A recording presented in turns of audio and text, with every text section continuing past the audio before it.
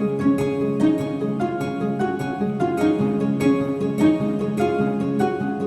everyone, it's Anna Runkle here, also known as the Crappy Childhood Fairy, and today I'm sharing with you one of the 20 videos from my brand new Dysregulation Bootcamp. And it's the weirdest, most countercultural video of them all about some of the, quite frankly, pleasant side effects of dysregulation. Now, dysregulation is normally something we consider bad, wrong, something to heal from. But to be honest, there's sometimes a payoff. But first, let me just get this out of the way. If you want to join the bootcamp, click on the link in the description section below this video, and you'll get all the details of timing and pricing and what's in it. So that's the bootcamp. And this particular video is a sneak peek from it. The bootcamp delivers one video and one worksheet each day for 20 days. This video happens to be from day 3, and you see how that works, right? By focusing on dysregulation for 20 days straight, you get the opportunity to really build your re-regulation muscles and start healing a huge portion of the effects of early trauma that you've probably been living with all your life. Now, if you don't yet know what dysregulation is, it's a common symptom of childhood PTSD or complex PTSD, where when you're triggered by stress or certain kinds of experiences, your brain waves get dysregulated, your body systems get dysregulated, your emotions get dysregulated, and this, not so much the memories of what happened, is what's likely affecting you most today. So you want to learn to notice dysregulation and heal it and start living on a level playing field with everyone else. So you can watch this sample video, or you can just cut to the chase and click on the links below in the description section so you can sign up for the whole boot camp. Here we go. Hi again, and welcome to today's video.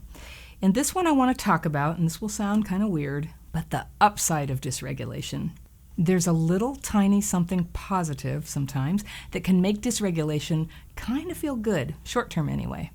There can be kind of a little dance inside between the part of dysregulation that just kind of occurs beyond our control, driven by processes deep in our nervous system, and the little things that we can do in response to the first signs of dysregulation.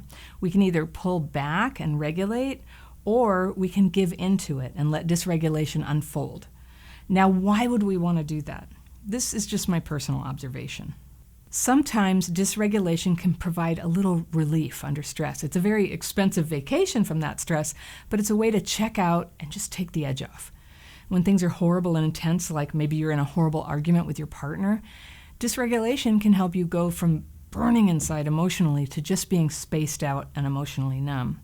And that flood of emotions that hits when you're triggered, it's not something you're doing on purpose, but at times there may be a tiny choice to be made in there about whether to hang in there and take steps to de-escalate the argument or to maybe amp it up so that it gets bad enough to flip your PTSD switch and give you that dysregulation break. That mode of dysregulation, where you get so upset that you suddenly go spaced out and emotionally numb, might also be called dissociation. And some people find that dissociation can provide a reset or a reboot for an overwhelmed system, kind of like a thunderstorm after the clouds have been building up. And I don't mean to make it sound poetic or beautiful, because using emotional blow-ups to get calm has a terrible cost. It'll destroy everything good in the long run, including your relationship.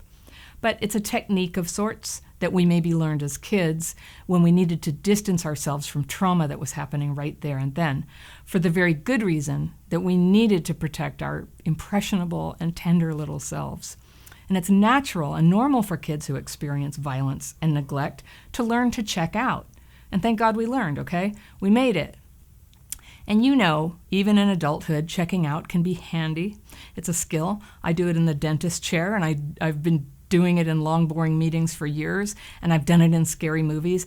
And I've even had nightmares where I was getting chased by a lion, and right when the moment comes where I'm definitely going to get killed and eaten, even in the dream, I check out and I block myself from having that experience. So it's wired in there, and while it's good for coping with giant dream predators, it's way better in adult life to learn to hang in there, protect yourself, and stay in the driver's seat, so to speak, so that you can work things out.